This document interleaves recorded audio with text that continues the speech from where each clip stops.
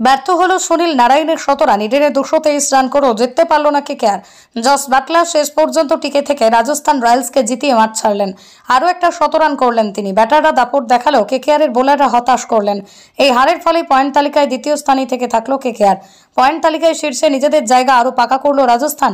Toss জিতেই প্রথমে বল করার সিদ্ধান্ত নেন রাজস্থান অধিনায়ক সঞ্জু স্যামসন। এই ম্যাচে রান পাননি আগের ম্যাচের নায়ক ফিল সল্ট। আবেশ খানের দুরন্ত ক্যাচে 10 রানে ফেরেন তিনি।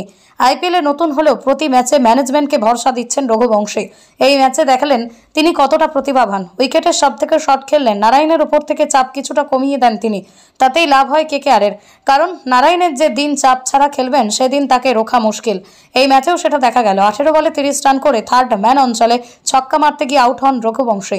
আগের ম্যাচের দলকে জিতিয়ে মাঠ ছাড়লেও এই ম্যাচে রান পাননি কেকেআর অধিনায়ক শ্রেয়াস। শেষ দিকে কেকেআরের রানকে টেনে নিয়ে গেলেন রিঙ্কু সিং। 9 বলে 20 রান করেন তিনি। শেষ পর্যন্ত 20 ওভারে 6 উইকেট হারিয়ে 223 রান করেন কেকেআর। জবাবে রান তাড়া করতে নেবে প্রথম থেকেই বড় শট খেলা শুরু করেন যশস্বী জয়সওয়াল। কলকাতাকে খেলায় ফেরান হর্ষিত। তাঁর বলে ছক্কা মারতে গিয়ে আউট হন পরাগ। ভালো ক্যাচ ধরেন রাসেল। 6 নম্বরে অশ্বিন ব্যাট করতে নামেন, তিনিও রান করতে পারেননি। 11 বলে খেলে মাত্র 8 রান করে বরুণ চক্রবর্তীর বলে আউট হন তিনি। 15 ওভারের পর থেকে মারা শুরু করে রাজস্থান। বাটলার তখনও ক্রিজে ছিলেন। বরুণের পরে ওভারে 17 রান নিয়ে রাজস্থানকে লড়াইয়ে রাখেন তিনি। বাটলারের সঙ্গে সঙ্গ দেন রবম্যান পাওয়েল। 19তম ওভারে 19 রান নিলেন বাটলার। তিনি একাই খেলা কেকেআরের হাত থেকে নিয়ে গেলেন।